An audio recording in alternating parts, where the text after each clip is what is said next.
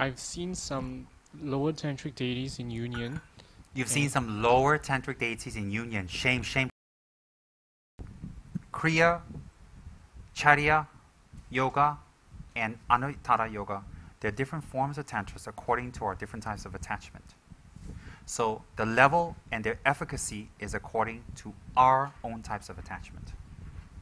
So the most efficacious types of tantra for us in our desire realm is our Anuttara yoga tantra, most effective. Because in our realm, in order to generate bliss, two people have to touch and engage. There are other realms where people actually, upon sight, they can gain great bliss. Some by touch, they can gain great bliss. So those tantras are immediately for those kind of beings where by touch alone, they can generate orgasm, great bliss. Some is by sight. But in our realm, by look and sight, not possible. You actually have to do something. Can you imagine you and your boyfriend look at each other? Remember that movie, Cocoon? You remember that movie, Cocoon?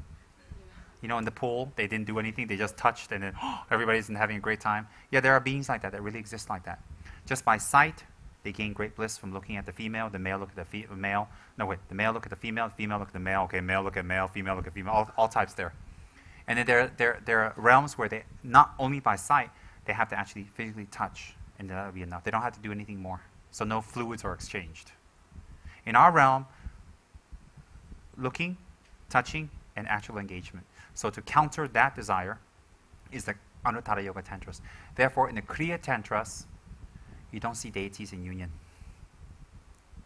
In the Anuttara Yoga Tantras, you see the deities in union because those are directly counter to our realm, our desire, and what we need to do. You see, with us, we need to actually get into it and do it to create that bliss. So these deities counter that.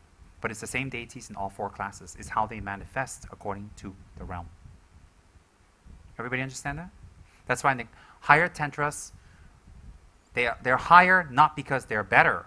How can Tara be higher in this one and lower in that one? No. It's higher meaning it's more applicable to us, so therefore it's more precious to us. Okay? So therefore, in our realm, if you see the Anuttara Yoga Tantra deities, they're always in union. Whether it's Hevajra, Yamataka, whether it's Kala Chakra, Heruka, Guhya Samaja, they're always in union. Why? That is our state of existence. So it's specifically to counter that. Okay? Questions? David? Yes, I know you have a question. Yes? I've seen some lower tantric deities in union. You've seen some lower tantric deities in union. Shame, shame. Report them to the union police. Did you tell Shakyamuni la?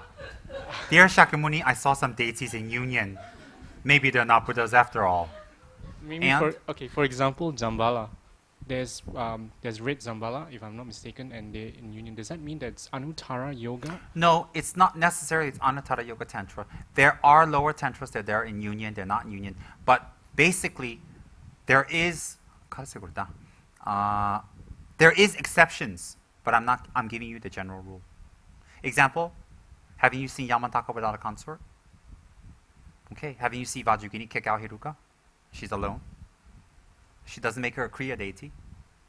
See, it isn't just also they're in union or not. It's also the paths that's contained within their sadhana that you need to meditate on that classifies them whether they're higher tantra or lower tantra. Okay, it isn't just whether they're in union or not. That's just one way of looking at it superficially, very quick. Okay, any more union questions? You have a big fascination about union, huh? If a customer's not much Dharma knowledge walk into the shop and he saw an image of the deities in union, if they ask a question, how shall we explain to them?